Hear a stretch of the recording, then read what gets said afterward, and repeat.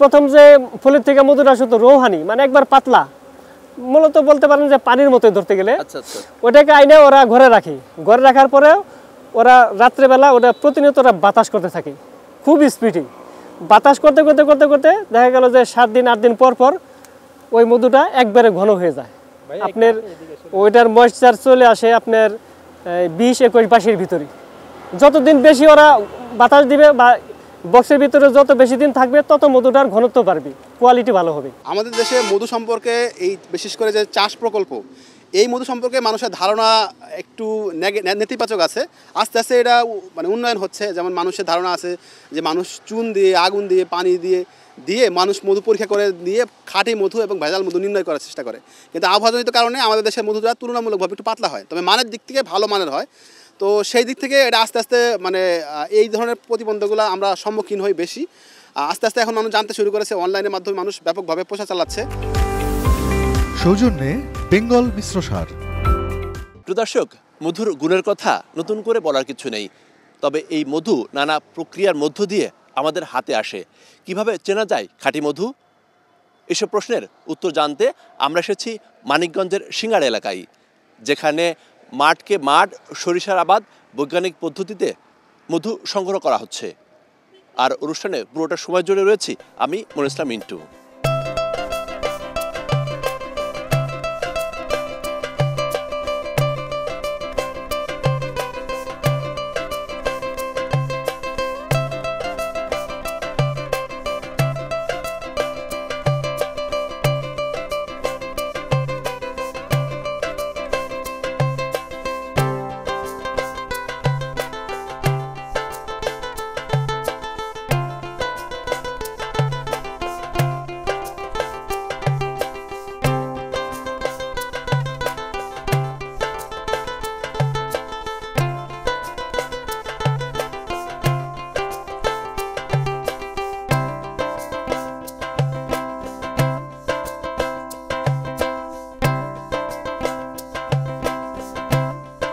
আসসালামু আলাইকুম শাহাবুদ্দিন ভাই। ওয়ালাইকুম আসসালাম ওয়া রাহমাতুল্লাহি ওয়া বারাকাতুহু।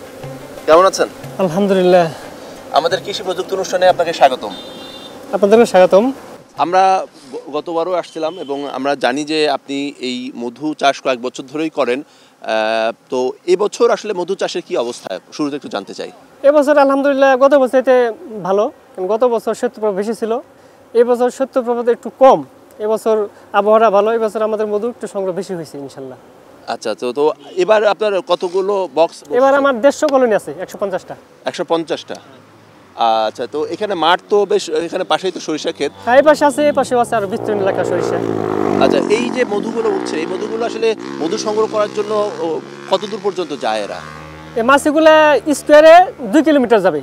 স্কোয়ারে 2 কিলোমিটার। হ্যাঁ, আচ্ছা, মানে সামনে পেছনে ডানে বামে 2 কিলোমিটার যাবে আমি ব্যাক করবি। ও আচ্ছা, সে পথ মানে চিনে আবার চলে আসে। আচ্ছা, এখন আসলে আপনার কি প্রক্রিয়া চলছে? এখন আমরা যে মধু হারভেস্ট করতেছি, মাছগুলো ছাড়তেছি এটাকে এখানে জারার পরে। আচ্ছা, তারপরে আমরা মেশিন নিয়ে যাব।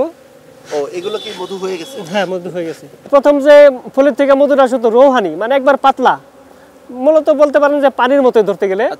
ওটাকে আইনে ওরা ঘরে রাখে, ঘরে রাখার পরে ওরা রাত্রেবেলা ওটা প্রতিনিয়ত ওরা বাতাস করতে থাকে খুব স্পিডে। বাতাস করতে করতে করতে করতে দেখা গেল যে 7 দিন 8 দিন পর পর ওই মধুটা একবারে ঘন হয়ে যায়। আপনার ওইটার ময়েশ্চার চলে আসে আপনার 20-21 ভিতরে। যতদিন বেশি ওরা বাতাস দিবে বা বক্সের ভিতরে যত বেশি দিন থাকবে তত মধুটার ঘনত্ব বাড়বে, কোয়ালিটি ভালো হবে। এই যে এক একটা বক্সে কতগুলো করে রানী মৌমাছি থাকে, বা এখানে কোনো রানী মৌমাছি আপনি দেখতে পাচ্ছেন কিনা? না, রানী মৌমাছি মূলত একটা বক্সে একটাই থাকে। একটা বক্সে একটাই থাকে? একটাই থাকে। এতগুলো? আর সবগুলো পুরুষ? হ্যাঁ, না, সবগুলো পুরুষ না, মানে এখানে 3 প্রকার মৌমাছি আছে। রানী থাকে একটা, তারপরে অল্প সংখ্যক থাকে আপনার পুরুষ মাছি, এটা ড্রোন বলে, আর বেশিরভাগ কর্মী মাছি। কর্মী মাছি যারা মানে কাজ সম্পাদন করে মধু আনে, এদেরকে বলা হয় কর্মী মাছি। এরাই মূলত বেশি থাকে সংখ্যা। আচ্ছা, যে পুরুষ মৌমাছি যেটা বললেন, ওর কাজটা কি? ওর কাজটা হলো শুধু একটাই, কারণ ও যখন রানীটা আনমিট থাকে ওই রানীটাকে মিট করার জন্য শুধু ওর বেঁচে থাকা। আমরা এই বক্সের যদি কথা বলি, এই বক্সে মানে একটা রানী মৌমাছির সঙ্গে কতগুলো পুরুষ মৌমাছি থাকতে পারে? এক একটা বক্সে মিনিমাম 200-250 এরকম থাকে আপনার পুরুষ মৌমাছি। এই যে একটা চাক দেখতে পাচ্ছি, তো এখানে রানী মৌমাছি কোনটা সেটি যদি এবং সেটি কিভাবে চেনা আচ্ছা যায়? দেখেন আপনারা চিনতে পারেন কিনা আমার বলা ছাড়া কোনো বড় মাছ দেখা যায়? অনেক মাছের মধ্যে এই মাছিটাকে আমার কাছে মনে হচ্ছে যে একটু বড় সাইজের হ্যাঁ মাছ। হ্যাঁ হ্যাঁ, এটাই হলো রানী মাছি। এটাই রানী মাছি। হ্যাঁ আচ্ছা আচ্ছা। এটা হলো রানী মৌমাছি। আচ্ছা, এই রানী মাছিটাকে আসলে ওরা কিভাবে রাখে, মানে ওকে কতটা গুরুত্ব দেয় আর কি? ওর কমান্ডে সবকিছু হয়। ওর কমান্ডে সবকিছু হ্যাঁ, হয়? ওর কমান্ডে সবকিছু হয়। এটা হলো আপনার যেমন দেশের প্রধানমন্ত্রী বলতে পারেন, এই বক্সের প্রধান সেই। আচ্ছা, বক্সের এই প্রধান আছে এই মাছিটা। হ্যাঁ হ্যাঁ। দর্শকদের একটা প্রশ্ন থাকে, সেটি হচ্ছে যে খাঁটি মধু কিভাবে চেনা যায়। আর আমরা দেখি যে মধু জমে যায়, তো মধু জমে যাওয়ার ফলে অনেকেরই মনে হয় যে এটা আসলে চিনি দেওয়া কিনা, না, সেটি আসলে- যদি একটু দর্শকদের পরিষ্কার করেন। আসলে সরিষার মধু মূলত ওর চরিত্র হলো জমে যাওয়া, মানে শীতের সিজনে ওর জন্ম হয়, এজন্য ও জমে যায়। আর সরিষার ফুলের মধুর ভিতরে আপনার গ্লুকোজের পরিমাণটা বেশি, ফ্রুক্টোজ থাকে, গ্লুকোজ থাকে। এ কারণে ওই শীতের যখন টেম্পারেচারটা কমে যায় তখন ও বসে যায়। ওটাকে আবার অন্য ভাষায় ক্রিম হানিও বলে। আচ্ছা আচ্ছা। ক্রিম হানি হয়ে যায়। তো এই মধুটা আর কি যখন আপনার উঠানো হয়, যখন গরম টেম্পারেচার মধ্যে আপনি রাখেন গরমের ভিতরে, তাহলে ওর অনেক দিন পর্যন্ত ও লিকুইড থাকবে। আচ্ছা, এখানে আমরা দেখতে পাচ্ছি এটাই তো শরীর ফুল। এটা সরিষা ফুলের মধু। এটা আসলে কিন্তু বসে যাওয়ার সময় হয়ে গেছে, কিন্তু বসে যাচ্ছে এই মধুটা। আচ্ছা আচ্ছা। এই যে এই যে বসে যাওয়া শুরু করছে এই যে। ও আচ্ছা, এটা কি এটা মানে সংগ্রহ করা হয়েছে কত? এটা সংগ্রহ করা হয়েছে আরো 15 দিন আগে। 15 দিন আগে। হ্যাঁ। আচ্ছা, মোটামুটি সংগ্রহ করার কতদিন পর বসা শুরু করে? এই যে 15 থেকে 20 দিন পর বসে যাবে। বসে যাবে। হ্যাঁ। আচ্ছা, এই যে মধু, সেই মধু কত বছর পর্যন্ত সংগ্রহ করা যায় বলে আপনি মনে করেন? এই মধু আমি তো যতটুকু জানি, কারণ মধুর কোনো এক্সপায়ার ডেট নেই আমার জানা মতে। কারণ এই মধুটা আপনি যদি সংরক্ষণ করেন 2 বছর 3 বছর এমনকি 5 বছর পরেও খেতে পারবেন ইনশাল্লাহ, কোনো নষ্ট হবে না। কিন্তু ভালো পাত্রে রাখতে হবে, ভালো পাত্রে রাখলে কাঁচের পাত্র। হ্যাঁ, কাঁচের পাত্রে রাখলে আপনি অনেক দিন যাবত খেতে পারবেন। কিন্তু মধু যে নষ্ট হয়ে গেছে, বা মধু আপনার যদি ভালো কোয়ালিটির মধু হয়, তো সেই মধু আপনি দীর্ঘদিন রাখতে পারবেন। সেই মধু আপনার কোনো গন্ধ হবে না, কোনো ফেনা উঠবে না, বা কোনো খাওয়ার পর কোনো রিয়াক্ট হবে না, এরকম কোনো প্রমাণ আমার এই ছোট্ট লাইফে আমি এখনো পাইনি। আচ্ছা, খাঁটি মধু সেটি চেনার উপায়টা একটু যদি বলেন আমাদের। আসলে খাঁটি মধু কি আপনার ওই আপনি খাওয়ার মাধ্যমে বুঝতে পারবেন। আল্লাহ যে জিহ্বাটা দিছে, এটা যদি আপনি মধু খাঁটি মধু খান তাহলে বুঝতে পারবেন যে এটা খাঁটি। কিন্তু চিনি মধু যদি আপনি খান, সেটাতে মধুর সে ফ্লেভার থাকবে না। আপনার মধুর ফ্লেভার থাকতে হবে, যেটার মধ্যে ফ্লেভার আছে সে যে মধুই হোক, সেই মধুর ফ্লেভার পাবেন। যেমন সরিষা মধু, সরিষার ফুলের একটা ফ্লেভার পাবেন। লিচুতে লিচু ফ্লেভার পাবেন। কালোজিরা মধুটা কালিজির একটা ফ্লেভার পাবেন। হ্যাঁ, এরকম প্রত্যেকটা মধুর প্রত্যেকটা আলাদা আলাদা ফ্লেভার আছে। কারণ আপনি এমন কোনো মধু খাইলেন সেই মধুর কোনো ফ্লেভার নেই, শুধু মিষ্টতা, তো সেটার মধ্যে আপনার সন্দেহ থাকতে পারে যেটা আসলেই প্রকৃত মধু কিনা। এখন তো ধরেন আপনার সরিষার সময়, ওদের হচ্ছে ওরা মধু সংগ্রহ করে নিয়ে আসছে এখানে এখানে জমাচ্ছে, এবং এরপরে সারা বছর ওরা কীভাবে বেঁচে থাকে? এরপর যখন মধুর সিজনটা শেষ হয়ে যায়, তখন আমরা মূলত একটা ছায়াযুক্ত স্থানে, যখন অফ সিজন মধু সংগ্রহ শেষ, কোনো আশেপাশে কোনো ফুলের উৎস থাকে না, মধুর উৎস থাকে না, তখন ওদেরকে আমরা একটা বাগানে নিয়ে, ছায়াযুক্ত বাগানে নিয়ে বসায় রাখি, খাবার দিয়ে ওদেরকে লালন পালন করি এবং যত্ন নেই, ওদের বংশ বিস্তার করাই। মানে আবার এই সিজনের জন্য আমরা প্রস্তুতি নিতে থাকি অফ সিজনে। আচ্ছা, এই মধুগুলো সব আপনারা তাদেরকে রেখে দেবেন? হ্যাঁ হ্যাঁ, এইভাবে দেখি। এই সব মধু মৌমাছি থাকবে না, এরা উড়ে চলে যাবে? আর না, থাকবে সব থাকবে, কেউ সবাই যাবে না। থাকবে? হ্যাঁ, সবাই থাকবে। সবাই থাকবে। হ্যাঁ। আচ্ছা, তো বছরের আপনারা এই মৌমাছি দিয়ে কতবার মধু সংগ্রহ করতে পারেন? সরিষা মাঠে আমার অলরেডি 4 টান, এবার নিয়ে 5 বার মতো সংগ্রহ হয়ে গেছে। এই যে এবারে 5 বার চলতেছে। এই বছর 5 বার হয়ে গেছে? 5 বার হয়ে গেছে। ধনিয়ার মাঠে যদি যাই তারও 2 বার। আচ্ছা। তারপরে আপনার লিচুতে যদি যাই তাহলে টোটাল 3 বার। আচ্ছা। হ্যাঁ, তাহলে 5 আর 5 প্রায় 10 থেকে 11 বার মধু সংগ্রহ হয়। আচ্ছা, সিজন তাহলে আমরা কয়টা পাচ্ছি? সিজন সরিষার 2টা মাঠ হয়, প্রথম মাঠ, সেকেন্ড মাঠ, ধনিয়া কালোজিরার একটা মাঠ, আর লিচুর একটা মাঠ। তারপরে অনেকে সুন্দরবন যায়, হয়তো কেউ বিভিন্ন জায়গায় যায়। স্বাদের দিক থেকে কোন মধুর স্বাদ বেশি বা চাহিদাটা বেশি থাকে? স্বাদের দিক থেকে আসলে এক একজনের কাছে ভাই এক একটা টেস্ট হয়। তো আমার কাছে সরিষা ফুলের মধুটা ভালো, তবে কালিজিরা মধুটা আমার কাছে একটু বেশি ভালো মনে হয়। কালিজিরা, এবং কালিজিরাটা মানে একটু ডিমান্ডটাও একটু বেশি। ডিমান্ডটা বেশি অবশ্যই। কোন সময় সবচেয়ে বেশি মধু সংগ্রহ হয়? সবচেয়ে বেশি মধু সংগ্রহ হয় আপনার লিচুতে বেশি মধু, এবং ওরা কাছে পায় তো, যেমন বক্স থেকে বের হয়ে গেলেই উপরে গাছ পায়, গাছ থেকে আনে শুধু বক্সে ঢুকায়। কিন্তু লিচুতে আপনার অল্প কয়েকদিনের ভিতরে, যেমন 4 থেকে 5 দিনের ভিতরেই ওরা যথেষ্ট পরিমাণ মধু নিয়ে আসতে পারে। আচ্ছা আচ্ছা আচ্ছা। আর সরিষাতে 1 সপ্তাহ লাগে মিনিমাম। আর বাংলাদেশে তো আসলে সবচেয়ে সরিষার সময় তো বেশি মধু উৎপাদন হয়। হ্যাঁ হ্যাঁ হ্যাঁ, আপনার সরিষা মাঠের আপনার যে টাইমটা, এটা লং টাইম। আপনার সরিষা মাঠ, প্রথম মাঠ, সেকেন্ড মাঠ মিলে টোটালি 2 মাসের উপরে চলে যায়। আর লিচুতে মাত্র 15 দিন।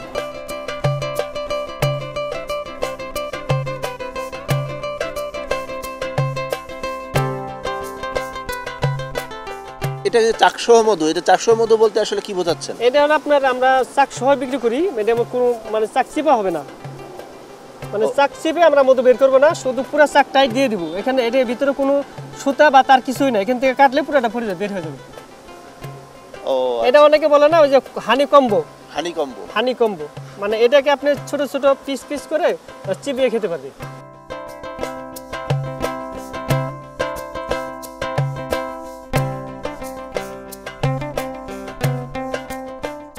প্রিয় দর্শক, আমরা আরেকটি প্রকল্পে এসেছি, একেবারে সরিষার ক্ষেত। সরিষার ক্ষেতের পাশেই বাক্স বসানো হয়েছে, 85টা বাক্স এখানে বাক্সে বসানো হয়েছে। মোহাম্মদ জাকারিয়া, তার সাথে আমরা একটু কথা বলতে চাই। জাকারিয়া ভাই, আমাদের কৃষি প্রযুক্তি অনুষ্ঠানে আপনাকে স্বাগতম। জি ভাই, আপনাকেও অসংখ্য ধন্যবাদ এবং স্বাগতম। তো এবারে মধু সংগ্রহের কি অবস্থা যদি একটু বলেন? জি আলহামদুলিল্লাহ, আল্লাহ পাকের অশেষ মেহেরবানিতে আমাদের মোটামুটি ভালোই আছে। আমরা সামনে দুই তিন দিনের ভিতরেই আবার মধু সংগ্রহ করব, আশা করি ইনশাল্লাহ ভালো হবে। কতদিন পর পর মধু সংগ্রহ করা যায় এই যে মৌসুমে? এই মৌসুমে সপ্তাহ 10 দিন পর পর মধু সংগ্রহ করা যায়। বাক্স বসিয়েছেন, তার পাশেই চিনি রাখা হয়, চিনি খেয়ে এসে আবার মধু হয়ে যায়, এরকম কোনো আসলে ব্যাপার ঘটে কি না? আসলে এরকম কোনো ব্যাপার ঘটে না। এটা হচ্ছে ধরেন মানুষের একটা ভুল ধারণা। বছরে 6 থেকে 7 মাস মধু হয়, আর বাদ বাকি সময় আমাদের ডাল সিজন থাকে। ওই ডাল সিজনে মৌমাছিকে বাঁচায় রাখার জন্য ওদেরকে খাবার দিতে হয়। তখন ওই চিনির পানি গুলায়ে, আর 1 লিটারের বোতল আছে, ওইটার থেকে অল্প একটু কাইটে এই পাশে রাখতে হয়। সেটা এই পাশে রাখে আপনার মৌমাছি তখন খাওয়ায় বাঁচায় রাখতে হবে, তখন কোনো মধু হবে না। আচ্ছা, আমরা দেখছি যে প্রচুর মৌমাছি উঠছে, কিন্তু আমরা গ্রামে দেখা যায় গাছে ঢেল মারলেই মৌমাছি অনেক সময় কামড়ায়, কিন্তু এখানে এত মৌমাছি, কিন্তু আমরা লক্ষ্য করছি যে খুব বেশি তাদের অ্যাক্টিভিটিসে তারা খুব ব্যস্ত সময় পার করছে মনে হচ্ছে, কিন্তু ওরকম কামড় দিচ্ছে না। আসলে আল্লাহ তাআলা সমস্ত প্রাণীকে মানুষের আয়ত্তে করে রাখছে। যখন আপনি তাকে উত্তপ্ত বা রাগাবেন, তখন সে আপনাকে ক্ষতি করার চেষ্টা করবে। যেরকম আমাকে গ্রামের মাছিগুলো, এক ধরনের একটা পাখি আছে, বাজ পাখি নাম, ওই পাখিটা যখন ছো দেয় তখন ওই মাছিটা অনেক রাগান্বিত হয়ে যায়। রাগান্বিত হইলে সামনে যাকে পায় তাকেই কামড়ায়। কিন্তু ওই মাছি আপনার অনেক বিল্ডিংয়ে বসে, অনেক জায়গা আছে। আমি দেখছি মাদারীপুর এক জায়গা দেখছিলাম এক বিল্ডিংয়ে, তারপরে যশোরে আছে। ওই বিল্ডিংয়ে আপনার দরজা আটটায়, দরজার পারেও বসে, কিন্তু তারা রাত্রে দরজা দিয়েও ঘুমাইতে পারে না, কিন্তু তাদেরকে একটা কামড়ও দেয় না। আচ্ছা, অনেকগুলো বাক্স, একই ধরনের বাক্স, একটা মৌমাছি একটা বাক্স থেকে বেরোনোর পরে আবার কি সে নির্দিষ্ট বাক্সই ঢোকে? জি, মৌমাছি যখন এক বাক্স থেকে বের হয়, ঠিক ওই বাক্সই এসে ঢুকবে, অন্য কোনো বাক্সই যাবে না। যদিও যায়, ভুল করে চলে যায়, তাহলে ওই বাক্সর মাছি ওকে মাইরে ফেলাই দিবে।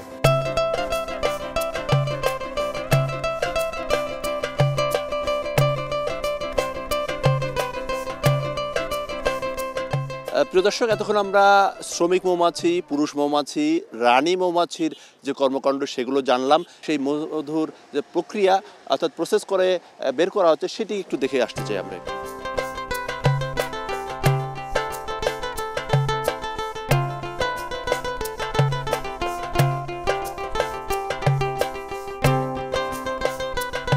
শাহাবুদ্দিন ভাই, আমরা দেখলাম যে আপনার মধুর যে চাক থেকে এই খাঁচাগুলো নিয়ে আসলেন, এরপরে এই প্রক্রিয়াটা একটু যদি আমাদের বলেন। আমরা মেশিন দিয়ে ঘূর্ণায়ন করি।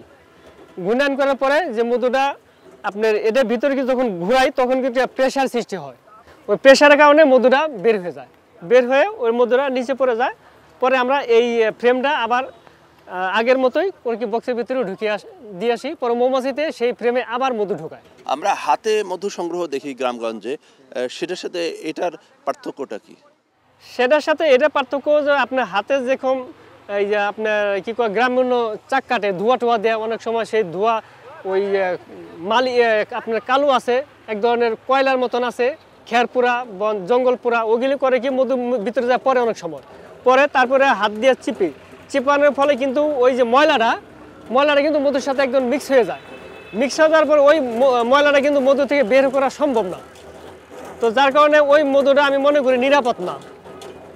আর এটা আমাদের কোনো হাতে স্পর্শ ছাড়াই মধুটা বের হয়ে আসতেছে। দেখেন আমরা মেশিনে ঢুকাই এবং কোনো হাতে স্পর্শ ছাড়া হাওয়ার প্রেসারে কিন্তু মধুটা বের হয়ে যাচ্ছে।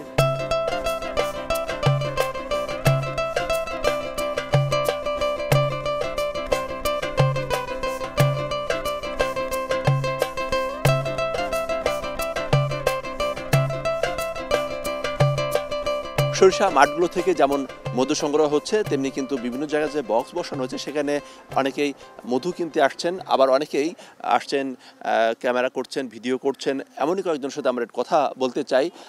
আপনি কোথা থেকে এসেছেন এবং কী উদ্দেশ্যে এসেছেন?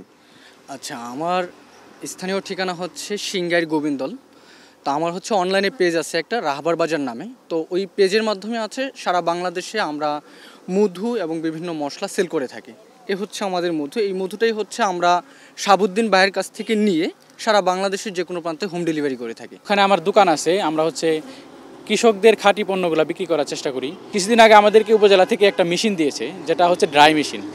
তার মাধ্যমে আমরা কৃষকদের যে পণ্য হলুদ, মরিচ, ধনিয়া, এটা আমরা এই মেশিনের মাধ্যমে ড্রাই করতে পারি এবং ফ্রেশ পণ্যটা মানুষকে দিতে পারি। এটা হচ্ছে আমাদের মেন উদ্দেশ্য। কীভাবে আপনারা বিক্রি করেন? সেটা হচ্ছে আমরা আমাদের নিজেদের রাহবার বাজার পেজ, সেখানে আমরা নিজেদের একটা প্যাকেজিংয়ের মাধ্যমে বয়মজাত করে আমরা অনলাইনে সেল করে থাকি এবং আমাদের দোকান থেকেও আমরা সেটা বিক্রি করে থাকি। যার কারণে এটা আমাদের একটা বিশ্বস্তের জায়গা যে উপজেলা কৃষি অফিসারের পরামর্শ অনুযায়ী তিনি চলে। আর আমরা সরাসরি যেহেতু খামার থেকে মধু নিজে দেখে এবং নিজেরা প্রসেসিং করে মধুর আমরা নিই, এই জন্য আমরা একদম নিশ্চয়তা দিতে পারি একদম খাঁটি মধু, খাঁটি সরিষা ফুলের মধু। আর আশপাশে যেহেতু পুরাটাই হচ্ছে সরিষা ক্ষেতের এই বাগান, যার কারণে বলা যেতে পারে যে এখানে একদম সরিষা ফুলের মধ্যেই পাওয়া যাবে। আমরা মূলত অনলাইনে কাজ করি। আমাদের ব্র্যান্ডের নাম হলো তাসমান। আমরা এই মৌ খামারি যারা রয়েছে তাদের কাছ থেকে মধু সংগ্রহ করে নেই। আমাদের ম্যাক্সিমাম খামারিরা আমাদের নিবন্ধিত, তাদের কাছ থেকে আমরা নিবন্ধিতভাবে মধুটা হারভেস্ট করি, দেন ওইটাকে প্যাকেটজাত করে অনলাইনের মাধ্যমে মানুষের কাছে পৌঁছে দিই। আমাদের দেশে মধু সম্পর্কে এই বিশেষ করে যে চাষ প্রকল্প, এই মধু সম্পর্কে মানুষের ধারণা একটু নেতিবাচক আছে। আস্তে আস্তে এটা মানে উন্নয়ন হচ্ছে। যেমন মানুষের ধারণা আছে যে মানুষ চুন দিয়ে, আগুন দিয়ে, পানি দিয়ে মানুষ মধু পরীক্ষা করে দিয়ে খাঁটি মধু এবং ভেজাল মধু নির্ণয় করার চেষ্টা করে। কিন্তু আবহাওয়াজনিত কারণে আমাদের দেশের মধুটা তুলনামূলকভাবে একটু পাতলা হয়, তবে মানের দিক থেকে ভালো মানের হয়। তো সেই দিক থেকে এটা আস্তে আস্তে মানে এই ধরনের প্রতিবন্ধকগুলো আমরা সম্মুখীন হই বেশি। আস্তে আস্তে এখন মানুষ জানতে শুরু করেছে, অনলাইনের মাধ্যমে মানুষ ব্যাপকভাবে প্রচার চালাচ্ছে, খাঁটি মধু সম্পর্কে, ভালো মধু সম্পর্কে জানতে শুরু করেছে। আর চাষের মধুটা আর চাকের মধুর মধ্যে পার্থক্য যদি বলি, ওইটা বুনো মৌমাছি বনের থেকে বা বিভিন্ন গাছপালায় চাক বাঁধে। এইটা একটা চাষ প্রকল্প। এটা সুন্দর শৃঙ্খলভাবে বিভিন্ন জায়গায়, ফুল সমৃদ্ধ জায়গায় নিয়ে যাওয়া হয়। সেখান থেকেই ওই ফুলটা থেকে নেকটা সংগ্রহ করে এই মৌচাকে জমা করে, ওইটাই আবার হারভেস্ট করে দেন মধুতে রূপান্তরিত হয়। আর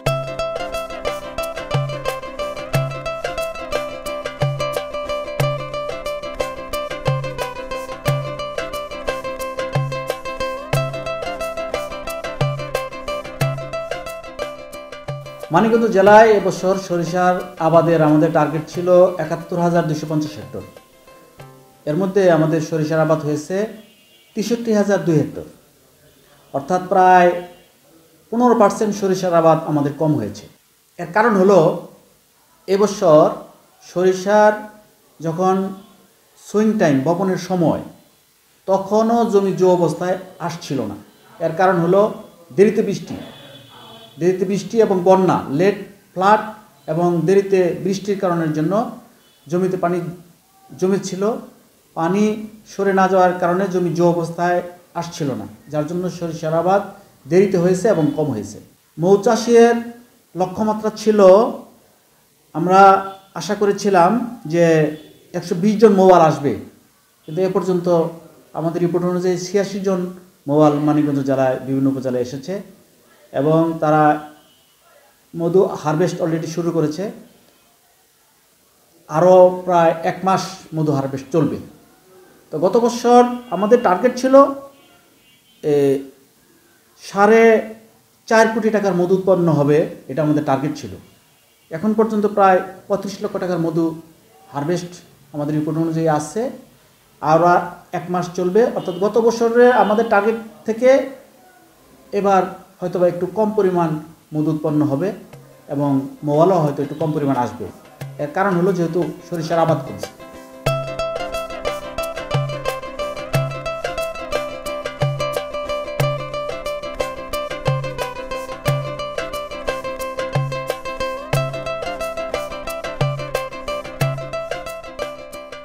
বিশ্বাসে মেলায় বস্তু তর্কে বহুদূর, অর্থাৎ মধু খাঁটি না ভেজাল তা নিয়ে ক্রেতা বিক্রেতাদের উভয়ের মধ্যে তর্ক বিতর্ক, আলোচনা সমালোচনা সেটি চলবেই। তবে বাস্তবতা হচ্ছে বাংলাদেশে মধুর চাহিদা যেমন বেড়েছে, এর উৎপাদনও বেড়েছে।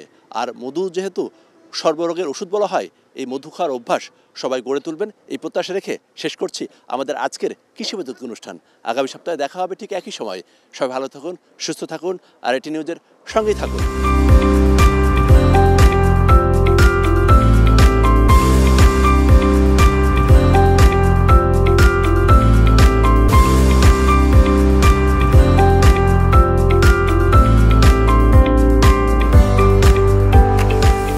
সৌজন্যে বেঙ্গল মিশ্র সার।